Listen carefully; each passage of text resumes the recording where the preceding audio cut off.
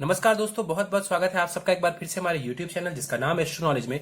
दोस्तों, आज की इस वीडियो में हम एक 26 वर्ष युवक की कुंडली का विश्लेषण करने वाले हैं, जिन्होंने अपने बर्थ डिटेल्स मेरे साथ शेयर किए हैं और एस्ट्रोलॉजी के माध्यम से ये अपने जीवन से जुड़े हुए कुछ महत्वपूर्ण प्रश्नों के उत्तर जानना चाहते हैं। तो निश्चित ही आज इस वीडियो में मैं इनके द्वारा पूछे गए सभी प्रश्नों का उत्तर दूंगा और साथ ही साथ इनकी कुंडली का पूर्ण विश्लेषण भी करूंगा। दोस्तों, इस वीडियो को शुरू करने से पहले हर बार की तरह आप सबसे निवेदन है, यदि अभी तक आपने हमारे YouTube चैनल एस्ट्रो नॉलेज को सब्सक्राइब नहीं किया है तो आप प्लीज इसे सब्सक्राइब कर दें और बेल आइकन को दबाना ना भूलें। साथ ही साथ दोस्तों, यदि आप सब इसी प्रकार अपनी कुंडली का विश्लेषण करवाना चाहते हैं या फिर मुझसे संपर्क करना चाहते हैं तो स्क्रीन पर फ्लैश हो रहे व्हाट्सएप नंबर के ऊपर आप मुझसे संपर्क कर सकते हैं और ज्यादा जानकारी के लिए आप नीचे डिस्क्रिप्शन बॉक्स को भी चेक कर सकते हैं। चलिए वापस आते हैं इस विश्लेषण के वीडियो के ऊपर और सबसे पहले मैं आप सबों के समक्ष इनके प्रश्नों को रख देता हूं। इन्होंने पूछा है कि आईटी में मैं जॉब कर रहा हूं, करियर मेरा कैसा रहेगा, स्वास्थ्य कैसा रहने वाला है, विवाह कब होगा और वैवाहिक जीवन कैसा रहेगा, मेरी लव मैरिज होगी या फिर अरेंज मैरिज, षड्वल में जो ग्रह वीक है उनका क्या इफेक्ट है। चलिए, तो ये कुछ प्रश्न है इनके। चलिए सीधे इनकी लग्न कुंडली के ऊपर चलते हैं जो कि हमारे समक्ष है और इनकी लग्न कुंडली प्रारंभ हो रही है 12 नंबर से। 12 नंबर यानी कि मीन राशि इनके लग्न में आ रही है, तो इस जातक की कुंडली बनती है मीन लग्न की। राशि देखें तो चंद्रमा यहां पर सिंह राशि में विराजमान है, यानी कि ये कुंडली बन जाती है मीन लग्न और सिंह राशि की। लग्न का मान बहुत अच्छा है, 15 डिग्री का लग्न है। लग्नेश गुरु बनते हैं और गुरु को हम देखें तो अष्टम भाव में जाकर के विराजमान है। ये अच्छी स्थिति नहीं है। स्वास्थ्य के लिए देखें तो गुरु का लग्नेश का अष्टम भाव में जाकर के बैठना अच्छी स्थिति नहीं कहलाएगी। चलिए आगे बढ़ते हैं, चलते हैं कुंडली के तीसरे भाव के ऊपर।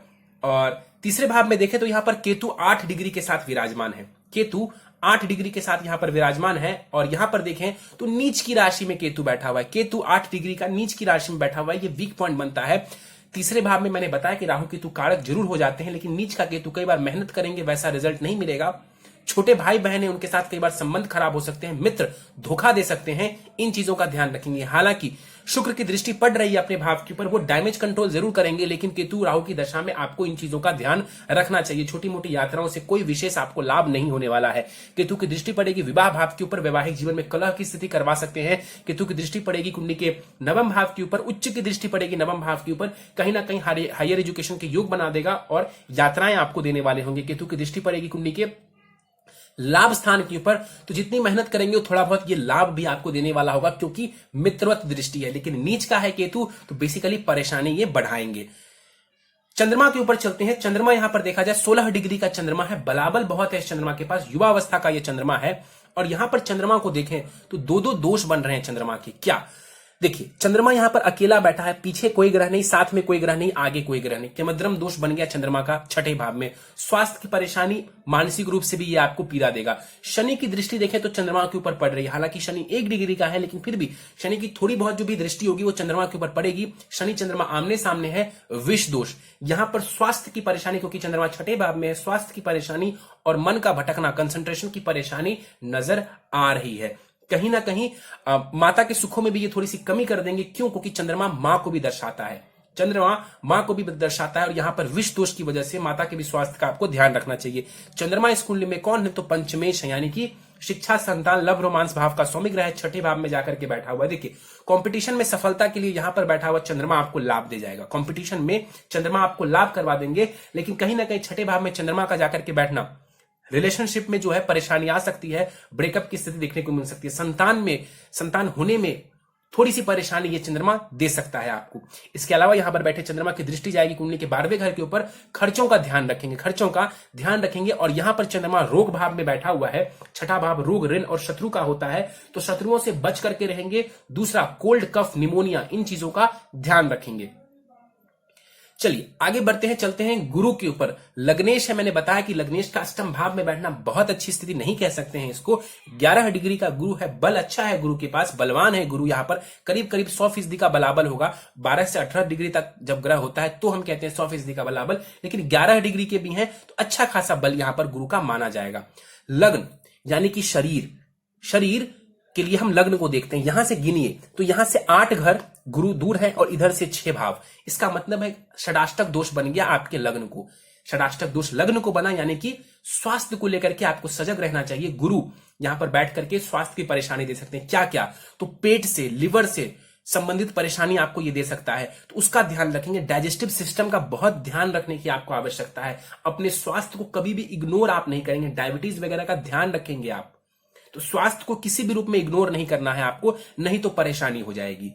यहां पर देखें गुरु बैठे हुए हैं, यहां पर बैठा हुआ गुरु सिर्फ नुकसान नहीं करेगा, सिर्फ नुकसान नहीं करेगा। कई लोग मेरे पास आते हैं, कहते हैं कि सर अष्टम भाव में ग्रह बैठ गए तो बहुत खराब हो जाते हैं, या आप हमेशा नेगेटिव। देखिए, ग्रह अष्टम भाव में बैठते हैं, उसकी योग कारकता भंग हो जाती है। यदि वो ग्रह योग कारक है तो उसकी योग कारकता भंग हो जाती है। इसीलिए हम कहते हैं कि 6, 8, 12 अच्छा घर नहीं होता है। लेकिन इसका यह मतलब नहीं है कि 6, 8, 12 में ग्रह बैठ गए तो सब कुछ खराब होगा। यहां पर बैठा हुआ गुरु ससुराल पक्ष से लाभ देगा। यहां पर बैठा हुआ गुरु आपको लाभ देगा रिसर्च के क्षेत्र में, एस्ट्रोलॉजी के क्षेत्र में। कहीं ना कहीं आप ओकल्ट, तंत्र मंत्र, एस्ट्रोलॉजी इन सबको सीखना चाहें, यहां पर बैठा हुआ गुरु आपको लाभ दे जाएगा। उसमें कहीं कोई परेशानी नहीं है। डीप रिसर्च में जाना चाहते हैं, गुरु लाभ दे जाएगा। ज्ञान का कारक है गुरु, ज्ञान अष्टम भाव में बैठा हुआ है। कुछ ऐसा जिसके बारे में दुनिया बहुत ज्यादा नहीं जानती है, उसके बारे में आप रिसर्च करेंगे, सफलता देगा गुरु। लग्नेश आकर के अष्टम भाव में बैठा हुआ है, इसको पॉजिटिव रूप में देखेंगे तो उसमें भी आपको लाभ देखने को मिलेगा। गुरु की दृष्टियों की बात करें, दृष्टि जाएगी विदेश भाव के ऊपर, विदेश की यात्राएं करवाने वाले होंगे, धन का थोड़ा बहुत ये व्यय करवाएगा। गुरु की दृष्टि पड़ेगी द्वितीय भाव के ऊपर, धन का संचय करवाएगा, ससुराल पक्ष से लाभ करवा देगा। और वाणी में भी ये गुरु आपको लाभ दे जाएगा, पैतृक संपत्ति में भी लाभ दे जाएगा गुरु। और गुरु की दृष्टि पड़ेगी कुंडली के चतुर्थ भाव के ऊपर, सुखों में वृद्धि करेगा, सुखों में वृद्धि करेगा। मकान का सुख, वाहन का सुख, ये सब आपको ये गुरु देने वाला होगा। तो यहां पर ये सोच करके बैठ जाना कि गुरु अष्टम में हो गए तो सब खराब हो गया, ऐसा नहीं है। एक पॉइंट जो सबसे मेजर नेगेटिव पॉइंट है यहां पर गुरु के बैठने की वजह से, वो है आपका हेल्थ। तो हेल्थ को कभी इग्नोर नहीं करेंगे, स्वास्थ्य का ध्यान रखेंगे। गुरु जो है आपके राहु के नक्षत्र में है, ये वीक पॉइंट बनता है। गुरु राहु के नक्षत्र का है, ये और ज्यादा वीक पॉइंट बनता है। तो स्वास्थ्य का आप ध्यान रखेंगे। यहां पर गुरु और शुक्र, गुरु जो है शुक्र के भाव में बैठे हुए, शुक्र के साथ तात्कालिक मैत्री है, ये एक छोटा सा पॉजिटिव पॉइंट बन जाता है। तो यहां पर गुरु बैठ करके आपको लाभ देने वाले हैं। ससुराल पक्ष वगैरह से सडन गेन दे सकते हैं, कहीं ना कहीं अचानक से धन की प्राप्ति हो सकती है। बस एक ही आपको मैं सलाह दूंगा, स्वास्थ्य का ध्यान रखें। आगे बढ़ते हैं, चलते हैं नवम भाव की तरफ। 5 ग्रह एक साथ यहां पर विराजमान हो गए। कई सारे योग और कई सारे दोष आपके भाग्य भाव, हायर एजुकेशन भाव में बनने। कैसे दोष, कैसे योग? सूर्य और बुध का यहां पर बुधादित्य योग बन रहा है हायर एजुकेशन के भाव में, एजुकेशन में लाभ दे जाएगा। यहां पर देखा जाए सूर्य और राहु का यहां पर सूर्य ग्रहण दोष बन रहा है, नुकसान की स्थिति है। पिता के साथ संबंध खराब हो सकते हैं। सूर्य आपका षष्ठेश है, यानी कि बीमारी के घर का सौम्य ग्रह है। तो कहीं ना कहीं राहु के साथ ग्रहण दोष में आने की वजह से स्वास्थ्य को लेकर के ये भी परेशानी खड़ी कर सकते हैं। राहु और मंगल का यहां पर अंगारक दोष बन जाएगा। हालांकि मंगल अस्त का है और स्वग्रही है, तो अंगारक दोष बहुत आपका नुकसान नहीं करेगा। तो ये कुछ योग और दोष बन रहे हैं। और शुक्र और बुध का यहां पर देखा जाए तो लक्ष्मी नारायण योग भी बन रहा है, तो वो शुभ है आपके लिए। चलिए एक एक करके बात करते हैं। यहां पर देखा जाए सूर्य के ऊपर चले। सूर्य कौन है? सूर्य इस कुंडली में षष्ठेश है। रोग, ऋण, शत्रु, कॉम्पिटिटिव एग्जाम्स, इन सब के भाव के स्वामी ग्रह बनते हैं। भाग्य में जाकर के बैठा हुआ है, मतलब इन चीजों से आपको थोड़ा बहुत ये लाभ करवा देंगे। लेकिन राहु के साथ बैठे होने की वजह से, और केतु नीच का है, मैंने बताया था, तो राहु भी यहां पर नीच के हो जाएंगे। राहु भी यहां पर नीच के हो जाएंगे, इसमें कहीं कोई दो राय नहीं है। कुछ लोग कहते हैं कि राहु का नीच भंग राजयोग हो जाएगा, मंगल साथ में बैठा। देखिए, राहु केतु का नीच भंग राजयोग बन जाता है, ऐसा कहीं नहीं लिखा गया है, ना ही कोई ऐसा इस सूत्र को मानता है। लेकिन इतना जरूर है कि मंगल यहां पर बैठ करके कुछ लाभ दे सकते थे, लेकिन वो मंगल अस्त का है यहां पर, तो मंगल का बल थोड़ा कम हो जाएगा। यहां पर सूर्य और राहु का जो ग्रहण दोष बना हुआ है, कहीं ना कहीं शत्रुओं की तरफ से परेशानी आपको दे सकता है, स्वास्थ्य की परेशानी दे सकता है। लोन लेते हैं तो सोच समझ करके लीजिएगा। यहां पर जो सूर्य बैठे हुए हैं ये अच्छा है, ये पॉजिटिव है, मित्र के भाव में बैठा हुआ है। सूर्य मंगल का पराक्रम योग बना हुआ है, लेकिन सूर्य राहु का ग्रहण दोष कहीं ना कहीं पिता के साथ संबंध, पिता के स्वास्थ्य में हानि कर सकता है। चलिए, कई बार जो है सूर्य राहु का जो ग्रहण दोष है व्यक्ति को क्रेडिट नहीं मिलने देता है। मतलब काम आप कर तो रहे हैं, मेहनत आप कर तो रहे हैं, लेकिन लोग आपको वैसा क्रेडिट नहीं दे रहे हैं, तो ये भी परेशानी देखने को मिलती है। हायर एजुकेशन में दशा चलती है, राहु की परेशानी दे जाएगा। सूर्य यहां पर 20 डिग्री के साथ बैठा हुआ है, बलाबल अच्छा है, 50% के आसपास का बल है सूर्य के पास। और यहां पर इनकी दृष्टि पड़ेगी द्वितीय भाव के ऊपर, साहस, माफ करिए, तीसरे भाव के ऊपर, साहस पराक्रम में ये वृद्धि कर देंगे आपके। बुध के ऊपर चलते हैं। 5 डिग्री का बुध है, मृत अवस्था का है। बुध इस कुंडली में कौन है? सुखेश है और साथ ही साथ सप्तमेश है। इस कुंडली में 2 केंद्र घरों के स्वामी ग्रह बनते हैं, तो केंद्राधिपति दोष लगने के चांसेस थे बुध को। बुध को केंद्राधिपति दोष लगने के चांसेस थे, लेकिन लगा नहीं। वो अच्छी जगह बैठे हुए हैं, आकर के अच्छी जगह जाकर के बैठे हुए, भाग्य भाव में बैठे हुए, तो यहां पर बुध योग कारक की श्रेणी में आ गए।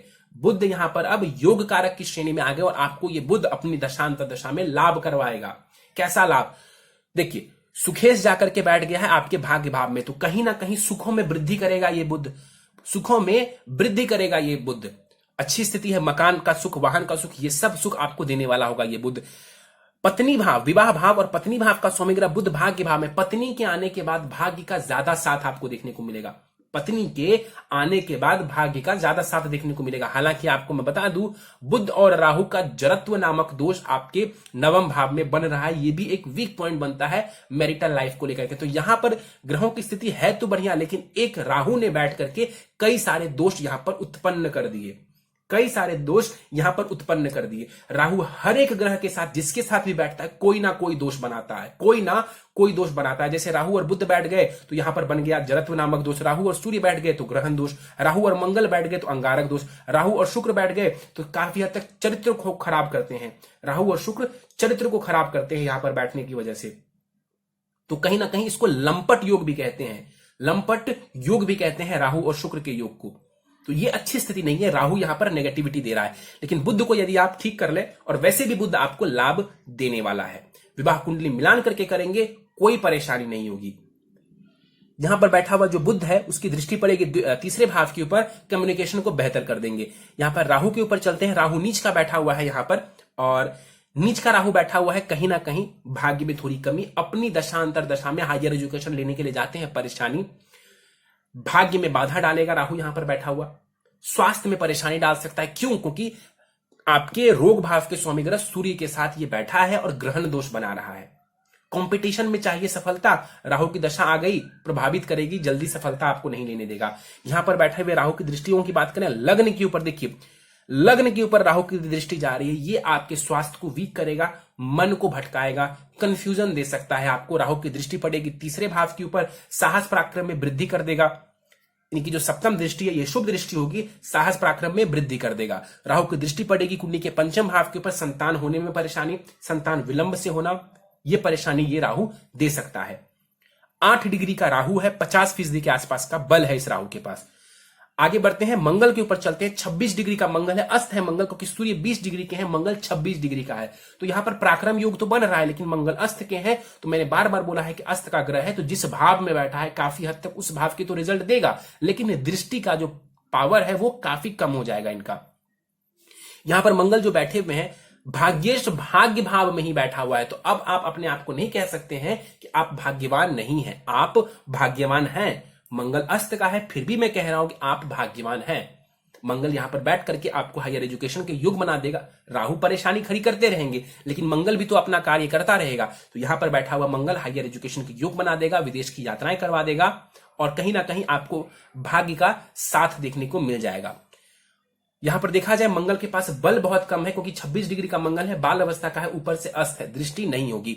यहां पर देखा जाए, एक बात और बता दूं, मंगल धनेश भी है और वाणी भाव का भी स्वामी ग्रह है मंगल। तो कहीं ना कहीं वाणी उग्र हो सकती है, क्योंकि राहु और मंगल साथ में बैठ गए, सूर्य भी बैठा हुआ, वाणी उग्र हो सकती है, ध्यान रखें। हालांकि गुरु की दृष्टि काफी हद तक उसमें भी आपको लाभ दे देगी।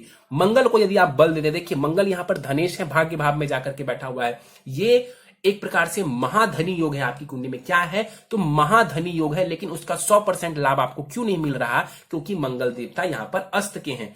उसको बलवान करिए, लाभ मिल जाएगा आपको। चलिए शुक्र के ऊपर चलते हैं। 10 डिग्री का शुक्र है यहां पर, और शुक्र इस कुंडली में कौन है? तो वो मारक ग्रह है। क्यों है मारक? तृतीयेश है और अष्टमेश है आपकी कुंडली में। तो छोटे भाई बहन, छोटी मोटी यात्राएं, कम्युनिकेशन भाव के स्वामी ग्रह बनते हैं शुक्र, और आयु भाव के भी स्वामी ग्रह, ससुराल पक्ष भाव के स्वामी ग्रह बनते हैं शुक्र। भाग्य स्थान में जाकर के बैठे हुए आयु भाव के स्वामी ग्रह अपने से अगले घर में बैठ गए, यानी कि आयु से लाभ, तो आपकी आयु में ये वृद्धि कर देगा। लेकिन आपको मैं दोबारा बता दूं कि स्वास्थ्य की परेशानियों के लिए आपको गुरु को बेहतर करना जरूरी है। स्वास्थ्य की परेशानियों के लिए गुरु को बेहतर करना जरूरी है। तो शुक्र यहां पर जो लाभ स्थान में जो भाग्य स्थान में बैठे हुए हैं, ये आपको आयु से लाभ करवा देंगे।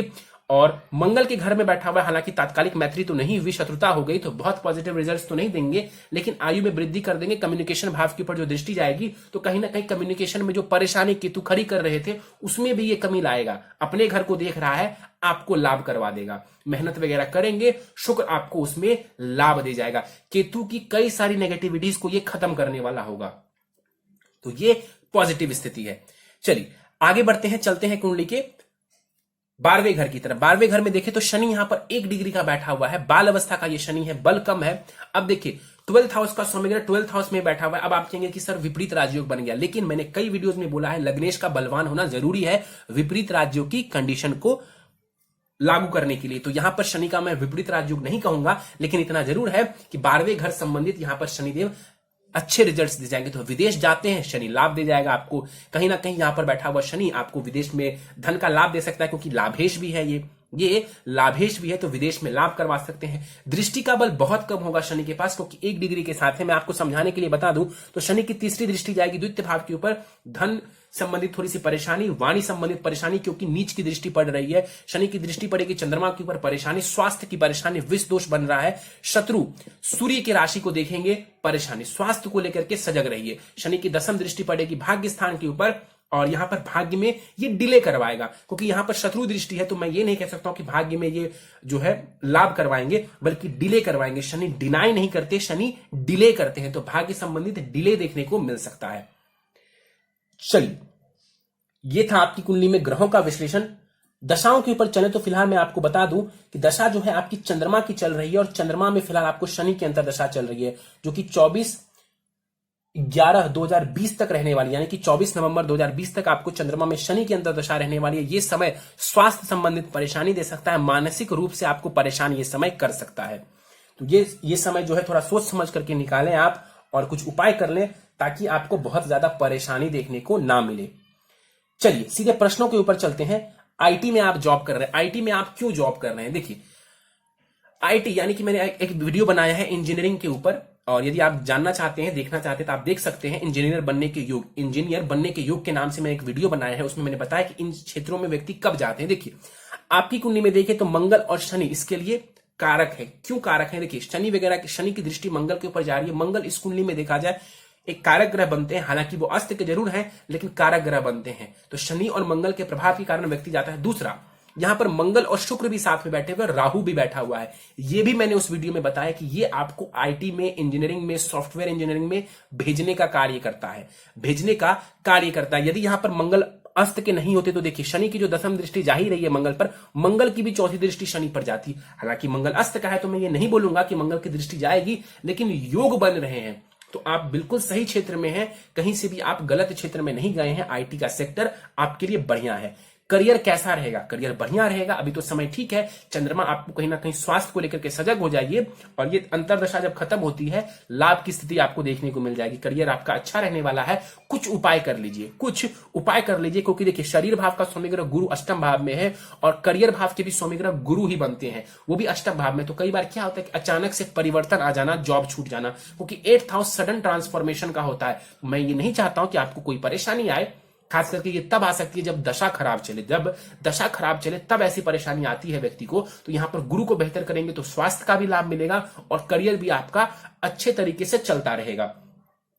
स्वास्थ्य कैसा रहेगा? देखिए स्वास्थ्य की कमजोरी यहां पर नजर आ रही है। इस कुंडली में सबसे बड़ी परेशानी जो है, साफ तौर पर मैं आपको कह दूं, स्वास्थ्य की नजर आ रही है। और मैंने एक एक करके एक्सप्लेन किया है कि लग्नेश का अष्टम भाव में आकर के विराजमान होना, षष्ठेश सूर्य का यहां पर ग्रहण दोष में हो जाना, और यहां पर चंद्रमा का केमद्रोम दोष बनना, शनि चंद्रमा का विष दोष बनना, स्वास्थ्य की परेशानी तो कुंडली में बता रहा है। उपाय मैं आपको बता दूंगा, ऐसा नहीं है कि हर ग्रह के उपाय करने हैं। 4 से 5 उपाय करके आप पूरी कुंडली को अच्छा बना सकते हैं, एक अच्छे लेवल पर ला सकते हैं।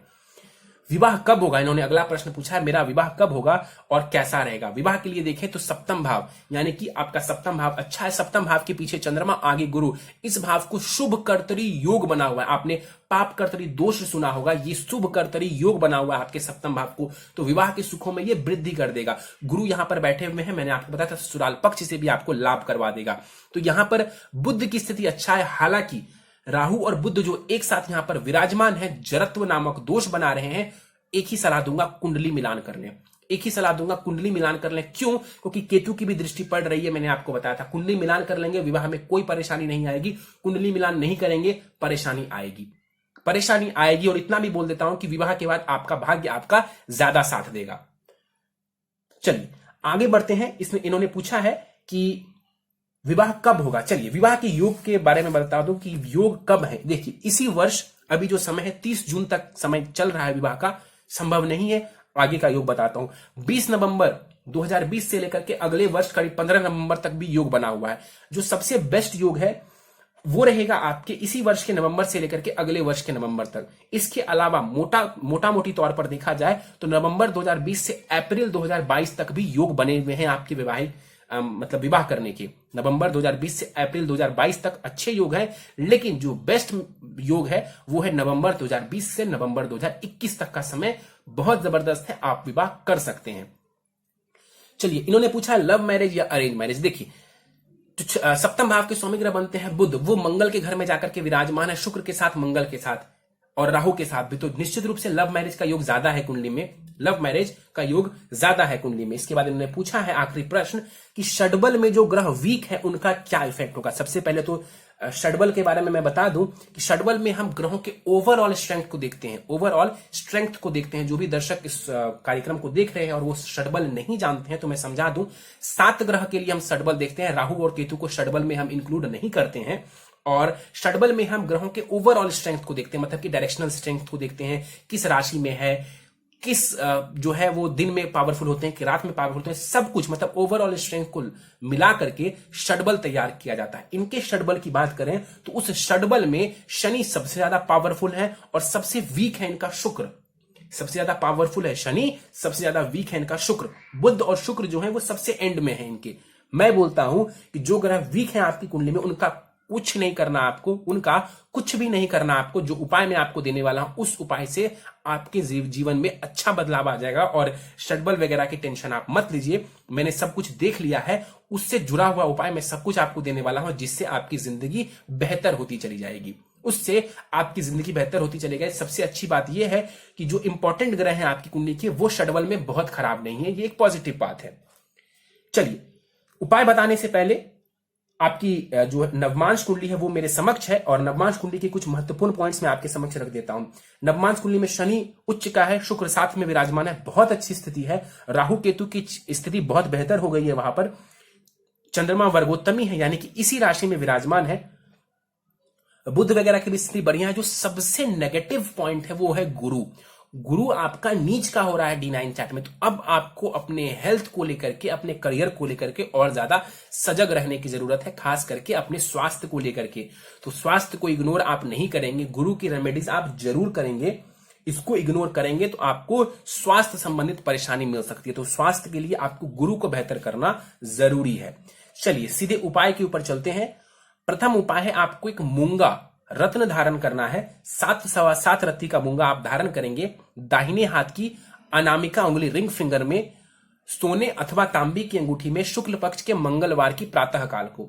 अगला उपाय है सूर्य ग्रहण दोष निवारण पूजा आपको करवानी है किसी ब्राह्मण के द्वारा। इसके अलावा नहीं करवा सकते मान लीजिए तो नित्य भगवान सूर्य को अर्घ देंगे और करवाने के बाद भी आप चाहें तो नित्य भगवान सूर्य को अर्घ दें, इससे भी आपका स्वास्थ्य बेहतर होगा। इसके अलावा केमद्रम दोष निवारण पूजा, चंद्रमा की आपको महादशा चल रही है, आपकी कुंडली में चंद्रमा का केमद्रम दोष भी है और विष दोष भी बना हुआ है। तो केमद्रम दोष निवारण पूजा और विष दोष निवारण पूजा किसी ब्राह्मण के द्वारा नहीं करवा सकते हैं। कोई परेशानी है, कोई दिक्कत नहीं। आपको क्या करना है, हर सोमवार शिवलिंग के ऊपर जल दूध से अभिषेक करना है। मंत्र होगा महामृत्युंजय मंत्र और नित्य आपको ओम सोम सोमाय नमः, ओम सोम सोमाय नमः इस मंत्र का 3 माला जाप करना है चंद्रमा की पूरी महादशा। ठीक, आगे बढ़ते हैं। अगला उपाय है नित्य ओम ब्रीम बृहस्पति नमः इस मंत्र का 3 माला जाप करेंगे कम से कम 1 वर्ष तक। उसके बाद चाहे तो 1 माला प्रतिदिन पर आप आ जाएंगे। बृहस्पति को ठीक करना बहुत जरूरी है आपके लिए। गले में एक 2 मुखी और एक 5 मुखी रुद्राक्ष धारण करेंगे आप। गले में एक 2 मुखी और एक 5 मुखी रुद्राक्ष आप धारण करेंगे। आप चाहें तो बीच में 2 मुखी रख लें और अगल बगल 5 मुखी, मतलब कि 2 5 मुखी रुद्राक्ष और एक 2 मुखी रुद्राक्ष, इनका कॉम्बिनेशन बना करके लाल धागे में करके शुक्ल पक्ष के सोमवार की प्रातः काल को अपने गले में धारण कर लीजिए। स्वास्थ्य का भी लाभ मिलेगा, ज्ञान भी मिलेगा, मन भी शांत रहेगा। चलिए आखिरी उपाय बताता हूं। भगवान शिव की यथासंभव पूजा आराधना करें। भगवान शिव जो चंद्रमा आपके इष्ट देव हैं, तो भगवान शिव की पूजा आराधना से आपको बहुत लाभ मिलने वाला है। तो ये 4 से 5 उपाय जो मैंने आपको दिए हैं, या जो भी उपाय मैंने आपको दिए हैं, उपाय करेंगे, स्वास्थ्य, करियर, सब कुछ का लाभ आपको देखने को मिलेगा। परेशानी काफी कम हो जाएगी। आने वाले समय में आप और बेहतर करेंगे। और आखिरी सलाह दूंगा, स्वास्थ्य का पूरा ध्यान रखिए। चलिए तो दोस्तों, ये था इस 26 वर्ष युवक की कुंडली का विश्लेषण। मुझे उम्मीद है कि आपको हमारा यह कुंडली विश्लेषण का वीडियो पसंद आया होगा।